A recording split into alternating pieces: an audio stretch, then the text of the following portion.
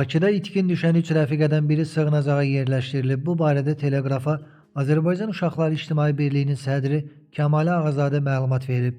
Onun sözlərinə görə yeniyetmə aqressivdir və boyun hissəsində zədələri var. Bunu oğlanın etdiyini deyir.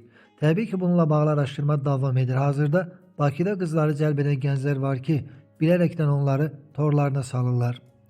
Kəmalə Ağazadə qızın sığınacağa hələ yeni gəldiyini bildirib. Amma bir neçə gündən sonra bura adaptasiya olacaq və reabilitasiyaya uyğunlaşacaq. Həmin qız valideyninin istəyi ilə polis tərəfindən sığınacağa yerləşdirilib. Qızın özü də etiraz etmədi. Niyə bu addım atması ilə bağlı ondan heç nə soruşmamışıq. Bunu soruşmaq çox tezdir. O öncə mühitə uyğunlaşmalıdır.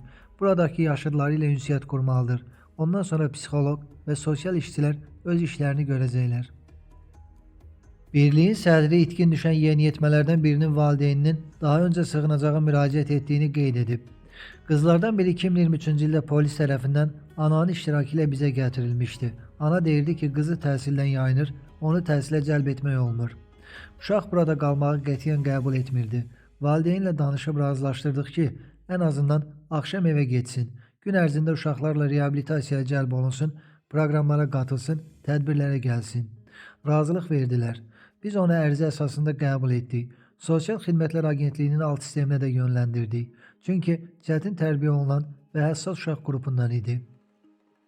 Valideynlə əlaqə saxlayırdıq. O da bizə sabah gətirəcəyim, bugün gətirəcəyim dedi. Amma sonda bildirdi ki, qızı gəlmək istəmir. Bir sözlə, o qız sığınacağa gəlmədi deyə Kəmalə xanım bildirib.